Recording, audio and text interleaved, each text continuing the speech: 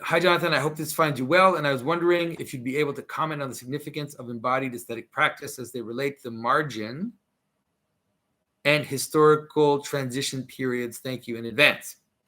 Yes, I understand the question. I see it's phrased a little weirdly maybe for people, but I think I understand what you mean. So what you mean is that there's a manner in which, as we move towards as we are in transition periods, as we are kind of at the end of something, moving into the beginning of something, we can notice that even in the manner in which art is represented, whether it be for us now, like movies and music, all this stuff, whether it be in the past, whether it be sculptures or whatever, that you will see a kind of aesthetic of the marginal, of the confused. For example, at the end of the Roman Empire, there was this obsession with the hermaphroditic figure. And so you would see quite a few representations of the hermaphrodite. And so you could say, well, same thing is happening now. It's actually a sign of the end when you see the hermaphrodite, manifested over and over, this confusion of identity just becoming popular. So I would say that the best way to understand it would be that we need to be able to have things in their proper place. So it's not wrong to use ambiguous symbolism. Think about the way in which I'm using the icon of St. Christopher, for example. It's okay to use ambiguous symbolism, but you have to understand where its place is and what its role is.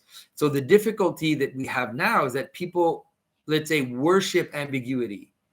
So people have taken something which is something like abominable and have put it into the altar, right? When the abomination is in the highest place, that's when you know, like, the end is coming, right? That's when you know when it's the end, when people have taken the abomination and put it in the highest place. When someone has put a gargoyle, so gargoyles are fine in a church, but if you go into a church and there's a gargoyle on the altar, right, you know that we're in trouble, okay? And so that is the best way to understand it. So you have to be wise, and you have to be able to see to what extent you're acting in passion and in kind of dark curiosity or dark desires. But it is okay, not only okay, but I think it's important for us to recapture ambiguous symbolism and, let's say, the aesthetic symbolism of the margins. If that makes sense. Yeah, it does. Well, I mean, you can see that too, just in pop culture in a movie like Shrek, where they occupy all these fairy tale forms. And he starts out, he makes sense as an ogre, the way he's behaving and whatnot. But then the whole point is the ogre becomes king, but the ogre stays an ogre. Right. And so you start to realize that they're just picking up things from fairy tale world and using them like costumes on normal personality and people types, instead of as more of a cosmic image to represent a pattern to civilization. Because if the ogre stays an ogre and remains king, well, that's you have the hermit in the center of the world.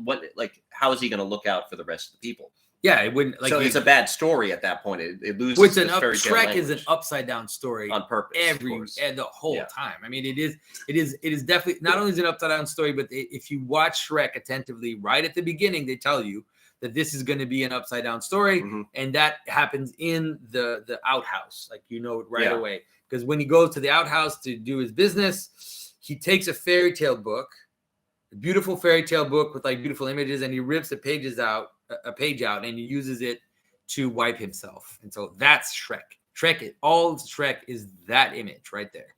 And Smash Mouth, the band. Smash Mouth. Yeah, it's not a great combo. All right. Oh, because the song. I was like, what? Like somebody wants to. Oh, more copyright infringement. Yes, you're just. I only got 8 notes in, not even. All right, so we should be okay. And you didn't do it so well this time. So I think we're okay. On purpose. I didn't want to shatter your screen.